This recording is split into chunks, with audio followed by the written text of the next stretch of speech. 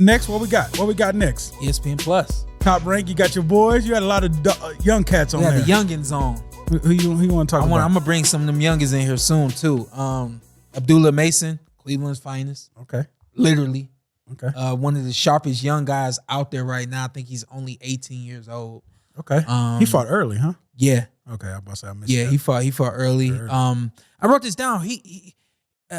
They mentioned Shakur Stevenson while he was fighting, mentioning that Shakur said they sparred and he signed off like, yeah, this kid's coming next. He and I seen it. I think is that the one he tweeted about last night? Probably. Okay. It would make sense. Okay. Carson's the tweet guy. But in saying that, I said, when I had heard that, I said, you know what? He reminds me of Shakur Stevenson, the way his rhythm and his tempo, and he's very, very sharp and defensively sound, and just a sharp kid, overall talent. Mm-hmm. And I'm gonna have all the brothers come in. There's gonna be so many of them. Some of them probably take your seat. You ain't gonna fight them. So. Nah, I don't no problem. Any of them below 5 brothers? His family? Yeah. Anybody below 122? I'll fight 118. But the kid like 17 though. But they'll jump me. Yeah, you'll get jumped too. Right, cool. And the 17-year-old might bust you up too. He might. I peaked at 18. Remember, I ain't 18 no more. Yeah. 18-year-old Anthony now. Hey, don't forget, I peaked at 18. So yeah, he reminds me a lot of Shakur Stevenson. I got a feeling being when we had Tiger on the show the other day. We did the live show. I got a feeling a lot of people tuned in to that ESPN Plus. I'm not gonna take responsibility, but I think that I wanted people to see these young guys, see them now, because you have an opportunity to. That wasn't always there. If y'all had the opportunity to see a lot of us when we were young in our careers, y'all would have taken that opportunity to do it. So I think a lot of people tuned in and will continue to tune in. Every time ESPN has a show, they got some youngins on the Plus app. Yeah, they loaded down check there. them out. Yeah, gotta check them out. Troy Isley, he looked good. Yeah. I think I caught a little bit of him. Did his go all 8? Yeah. Went the distance. Yeah, he seemed like the guy he was in there with was a slouch. Well, no. They're matching these guys up like really giving them that work. Yeah. Yeah, you getting experience up there. Yeah. That's what There's I'm no starting to sparring notice. sessions. Yeah. On fight night on the ESPN Plus. I seen one guy got a sparring session. I wanted to see more body from Troy Isley. And I didn't feel like he really did anything to separate himself in the fight. He just was a level above this guy. It was clear that he was a level above this guy. Dre mentioned this at one point during one of the fights. I don't remember which fight it was, and he said this multiple times during other telecasts. He says, I'm waiting to see which one separates himself in this fight. And that's basically what happens is at some point, so you talk about when guys are going 10 and 12 rounds, we always talk about drowning or taking them into the deep waters. Yeah, deep waters. When you get to the deep waters, even before you get to the deep waters, there's supposed to be this separation. And you're supposed to be able to say like, hey, I was there with you, but I'm no longer there. I'm leveling up, And so I know that Dre had mentioned that. And I got to get Dre and Tim on this show. When I have them on the show, I'm kicking you off. That's my cousin. Nah, that's family. Oh, we got believe it or not, we got enough room for 4 people up there. So why keep trying to kick me off? That's crazy. Well, cuz Dre, Tim, me. Look, you. No. Don't go right. No. Oh, you got. Hey, where's your credentials? I'm top ranked. I'm the zone. I probably did ESPN. What you got, Ant? Nah, we gonna have them guys right over there. Oh, okay. Yeah, all right, cool. I'm about to say, man. We gonna get into some discussion. You gonna be like, oh yeah, now you know, I'm one of those people. I know how to take my seat back. Yeah. I know I can't compete. Yeah. Sometimes you just gotta because I enjoy listening to both of them on when they do their telecast. I'm a fan, and if y'all don't know by now, I listen to improve myself. I can't. It's some things that Tim say. I'm just like, Tim, you got that, man. Like I can't duplicate what you got. Yeah. And if I try to, everybody gonna find me out real quick. Yeah. So Tim is handling his business and Dre too. But one of the things that Dre said through the course of the night was, and something that I wanted to see from Troy Isley was that separation. And you are an Olympian. This guy isn't an Olympian. You are the A side. This guy isn't the A side. Like at some point, you have to clearly show that you are all of those things. It just seemed like like Troy continued on that pace, and everything was fine. I wanted to see more body work, but I just wanted to see a little. There was something else I wanted to see, and I didn't see it. Not exactly sure what that is, because I don't know I don't know all of his abilities and talents. But I know that, and he's young in his career, so eventually he will get stronger, or he will find this perfect move that works for him or something, and it'll be evident, that he is an Olympian. It'll be evident that, hey, I'm the A side, and I'm here to show it. There was a common denominator of the night, and I'll get to that in a minute. But then we had Delonte Tiger Johnson. I was in and out because I'm watching this all at dinner. Did he didn't look like the Tiger I seen last time. Yeah. Okay, I was okay. I really wasn't sure what that was, but he was still sharp. Yes. But it was something. It was like it was wasn't clicking. Something like it was somehow, some way he pulled back. Could have been that it was a southpaw. Could have been that, hey, I'm working on things in the gym. This is the game plan. This is what we decided to do, and this is what I'm gonna do tonight. I've been there with my dad when we fought Ugas. Yeah. And everybody's like, y'all, you might have lost that fight. Yeah. You talking that crap. I'm like, yeah, I don't give a damn what you say. Like, I followed the game plan. Hey, you don't listen to me in the moment. My dad, we was in the corner dabbing up. Like, we was feeling it. You know what I mean? So sometimes you just have a game plan, and people on the outside, if y'all don't know it, we don't know understand. It. Then, we may not understand everything about that night. But, yeah, it just seemed like something was a little bit different for him, but nevertheless, very, very sharp as well. And that comes from the guys getting this coverage just so early in their career. Back in the day, you worked on things being 6-0. They would have been like, Shawn Porter, what the hell are you doing? Yeah. But they got such a star at this point. Yeah. They're getting moved right. That you got all the eyes on you. Yeah. It's a pros and cons to that. I was writing this down, and then Tim actually said it. I was writing that he's very patient, Delonte Tiger Johnson. He's relaxed, composed, no wasted energy at all. Shout out to Tim. He said that on the show, and I was like, yeah, no wasted energy. He's, even with the way he's operating, it's like smooth operation. He right there on the marks, hitting them. You know what I mean? When I do my shows and you do commercials and movies and stuff like that, you got marks. You're not on the marks, the lighting is going to be wrong. You're not on those marks, you're going to be out of the frame. You're not on those marks, you're going to miss the cue, so on and so forth. So, I mean, all night, Abdullah, Isley, Johnson, all those guys are hitting those marks. But there's a common denominator throughout the night that I kept seeing. I think we're going to Duke, huh? Not yet. Gotta get to Nico first. Nico. Nico was the guy that I'm like, the opponent wasn't the greatest. Nico be making this opponent look like, I mean, I don't even know. Because it's like he beating the hell out of him, but then you're not beating the hell out of him, but you are. Yeah.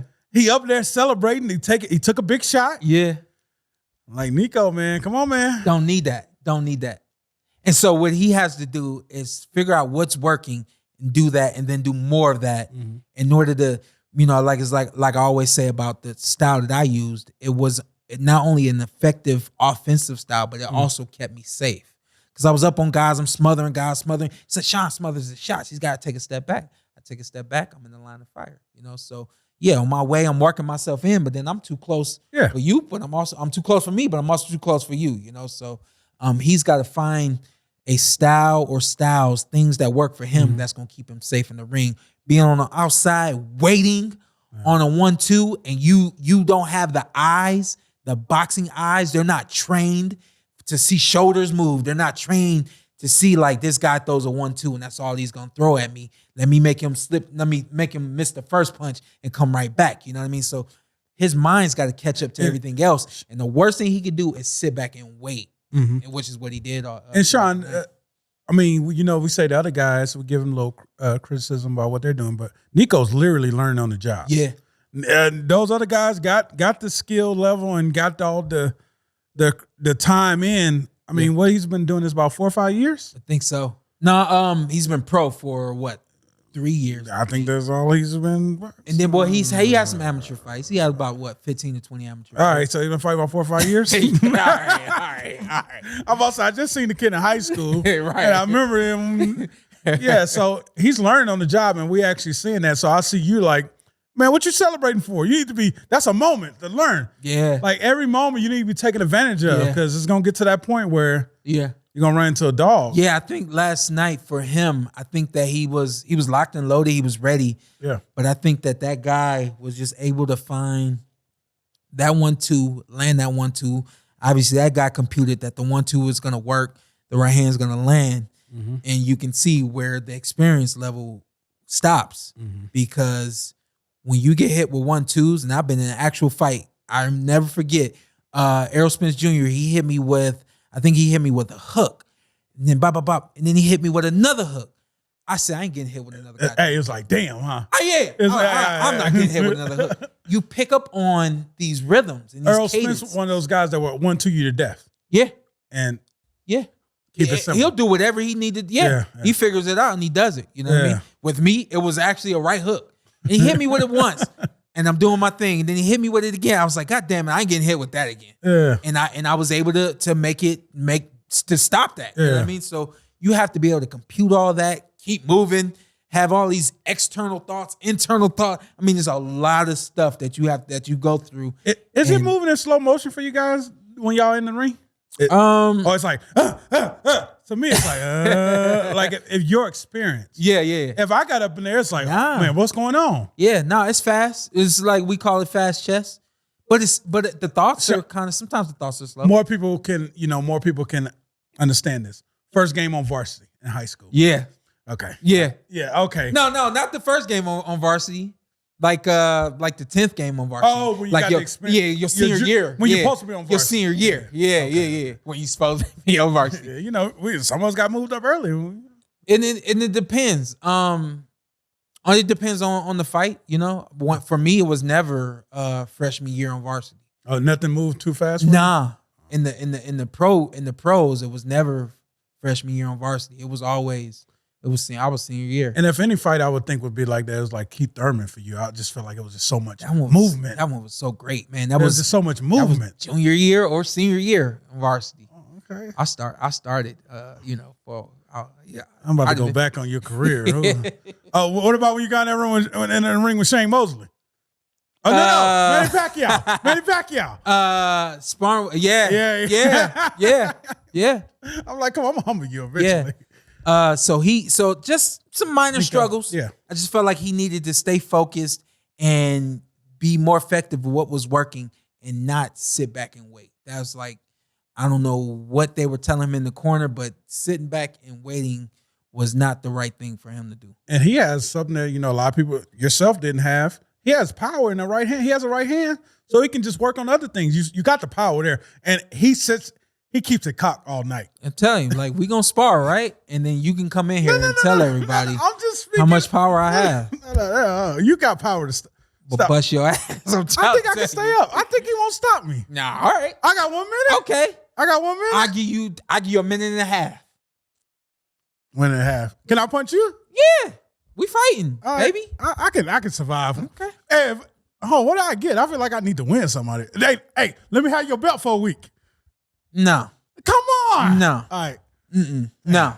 You don't get nothing. All right. Cool. We gotta go. Duke Ragan. Ooh. I know. I think we good, right? Yeah, we gotta go. Duke, we good. Duke Ragan. All right. Duke, I seen some tweets from Shawn Porter. Yeah, close fight. What did I say? His mouthpiece coming out. It's not looking good. Yeah. Some things like that. Yeah. The first time the mouthpiece came out, I think it was on accident. Second time it came out, it was clearly, they showed the replay where he did that on purpose. He did what he had to do, veteran move. And he was doing some very advanced things through the course of the night, but just Duke has to figure it out. He has a very relaxed, what's the word I used? Patient, comfortable pace. Mm-hmm. And it's not getting it done for that weight class. Mm-hmm. That weight class is much faster. Mm-hmm. And those guys are still right now for him, they're a little stronger than he can afford. So he has to pick up his pace and he has to improve his strength. Shout out to Steph Curry, mama. He has to improve. Threw me off when I didn't see the dad, but that's a whole nother story. Yeah, that's a whole nother story. You didn't have to. Let's get to the common denominator of the night. All of these guys needed to be bullies last night. Okay. All of them except for Abdullah, he was a bully. His bullying is gonna look a different way. Shakur Stevenson is a bully in the ring. It's just the makeup is a little bit different. Nico Ali Walsh should have been inside on this guy, going to the body and bringing it up to the head. I think that would have got that guy out of there in a matter of rounds. The guy was able to take punishment. He was able to take punishment, and also by him standing on the outside, not being the bully and being aggressive, allowed him to get hit. Duke had to push this guy back. I didn't write this guy's name down. My apologies. Shoot, I just had his name.